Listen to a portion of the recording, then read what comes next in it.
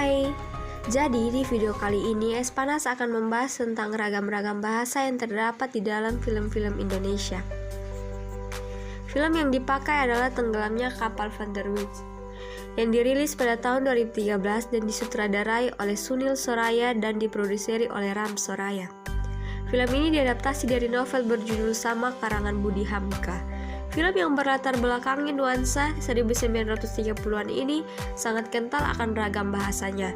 Ditambah dengan latar tempat film ini memiliki ciri dialek yang khas seperti Makassar dan Minangkabau. Ragam bahasa yang paling dominan di film ini sudah pasti adalah ragam bahasa dialek atau daerah.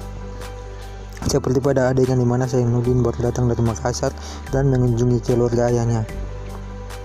Di percakapan mereka itu sangat jelas dialek dan logat khas dari daerah mereka. Misalnya ada penekanan pada bagian akhir beberapa kata dan naiknya intonasi seperti pada kalimat pertanyaan.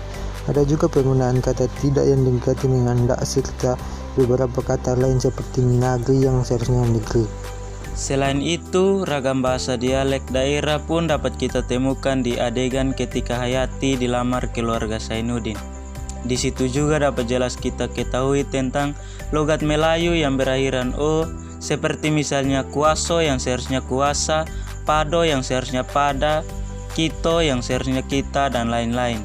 Lalu ada juga beberapa penekanan pada huruf K di bagian akhir seperti meminta, anak, dan ada juga penggunaan beberapa kata seperti surat yang dilafalkan surit dan lain-lain. Lalu ragam bahasa yang kedua di film ini adalah ragam bahasa terpelajar.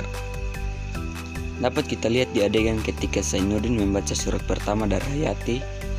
Isi surat tersebut yang dibacakan menggunakan suara Hayati itu menggunakan pelafalan huruf-huruf serta kalimat dan ejaan yang baik dan baku.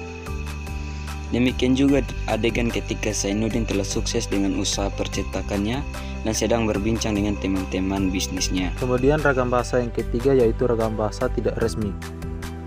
Ragam bahasa ini dapat kita lihat di adegan ketika Zainuddin yang sedang sakit berbicara dengan Hayati yang datang mengunjunginya. Di situ hubungan antara Zainuddin dan Hayati dapat dibilang sangat dekat, namun karena Zainuddin menghargainya sebagai wanita yang ia cintai, maka dia menggunakan bahasa yang baik, namun kebakuan bahasa yang digunakan tidak terlalu baku. Seperti penggunaan kata tarok yang seharusnya simpan dan lain-lain.